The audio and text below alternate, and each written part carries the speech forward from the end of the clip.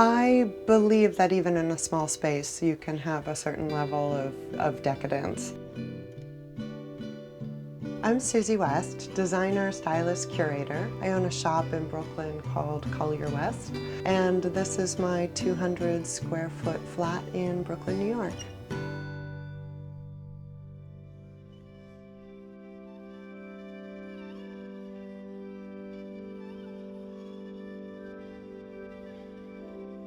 I was working with a broker in time constraints. Supposedly there was somebody due to move out in September in the garden space.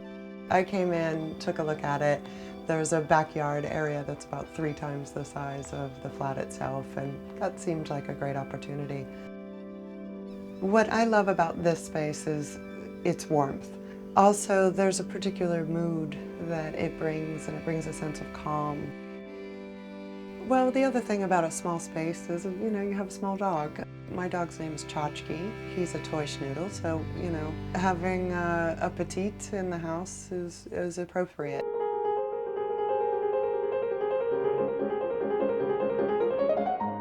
When you're in a one-room flat, there were some choices.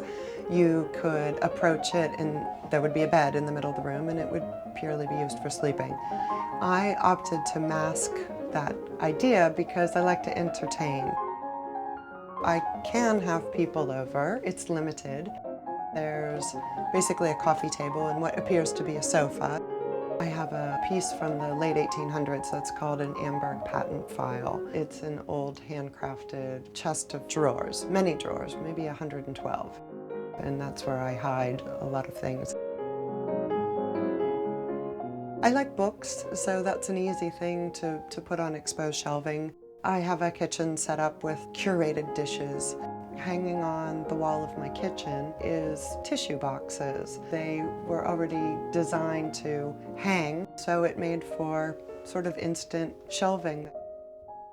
I have a sensibility towards strong graphic materials. I love signage, particularly funny signage with great words on it.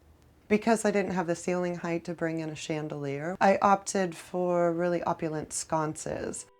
I have a really strong sense of capacity in what you do with your clothing. On U-line, they have these amazing bins. And so I designed a system where, I just hang the absolute extremes, outerwear and dresses, and everything else goes in some sort of bin or a shelf department.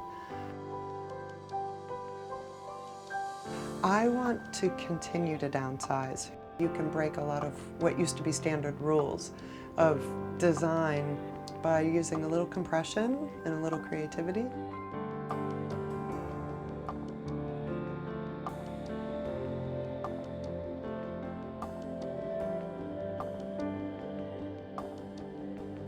Living small has been really instrumental in what I do and being productive. For a lot of people it's really tight, but it's given me a lot of freedom and a lot of liberty, and I recommend it in general for people that really want to free up even your mind. The time you spend searching for keys or your passport, an average clean in a small space might be a couple hours versus an entire Saturday. And so there's a lot of merit in doing it. It requires some discipline, but if it's for you, it's a really ideal way to live.